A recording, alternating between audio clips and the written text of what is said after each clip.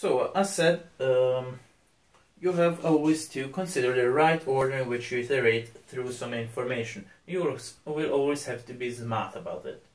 So, if you have huge datasets, the only good way to go through it is in the right order. Because actually, when you go through memory, you always go one step at a time, usually. Of course, there are things like pointers. So, if I have my computer memory, in this case I'm representing it like 2D in order to do it better. If I have a pointer here that points here, in the moment in which I step here, I actually point, I arrive here. And now I'm here. If I go on, I would go on in this direction, as long as I don't have a new pointer that will bring me otherwise. Of course, that's great because you can say where an information is, but that's slower because in this case you will have to re-update all the caches, and you will have a slower fetching from the information by the CPU.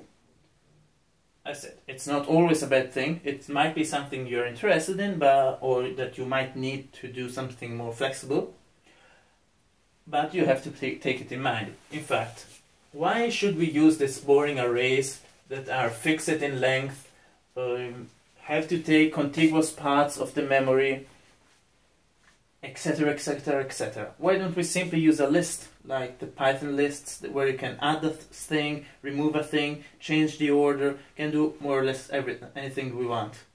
It's easy because a list is it's very simple. It's each information, instead of taking one piece of the memory, takes two, because we have the true information. Okay, that's a linked list. You can also have a double linked list or more complex implementations, but the important thing is the idea behind it. And then in the next thing, you will simply have a pointer to the new position in the memory of the new information, and then again a pointer, so you will always take more information. So for example, I might have a list with a pointer that brings me here, the new part of the list, and then a pointer that brings me here.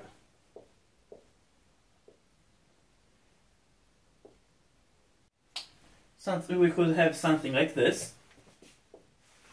So I can start from the beginning and go and go and go, and then here I will have a null pointer because that's the end of the list. Of course I can have a double linked list, so I have also the backwards direction. Or as I said, probably computer scientists have invented more complex and more smart, probably, ways to have something more flexible, but yeah, that's not really important. For example, I never checked what's actually under the hood inside the Python lists. It might be a double linked list, it might be something more complex. I never checked it up. But the thing is, yes, that's much more flexible. If I want to add something, I simply have to change this null pointer to a new pointer, do something else, and I have something more. I can add something from here. So I can simply add something, and I of course will have to update that that's the beginning. Or I can change order in a more complex way by changing the pointers. I can add something in the middle. You know, I can simply point it here and then something else that points here, so I have something more. But of course, as you can immediately see, this is not optimized. That's not optimal for the cache use.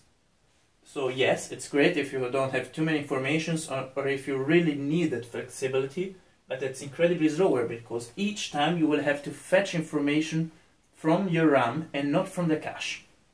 And I said that's incredibly slower. And yes, for huge datasets you might need to put it on the hard disk too, but we hope not to find ourselves in this kind of situation. I hope you enjoyed the video. All the sources and the materials I used to do it are written in the description below. And here is some more content for you. But wait, don't click on it yet. First remember to leave a feedback in the comments section to let me know what you think about it. Like, subscribe, follow me on social media, links in the description. And if you would like to support the channel, consider to donate on Patreon. Again, link in the description below. See you next time. I'm Maurice Kernbrook for the Computational Chemist.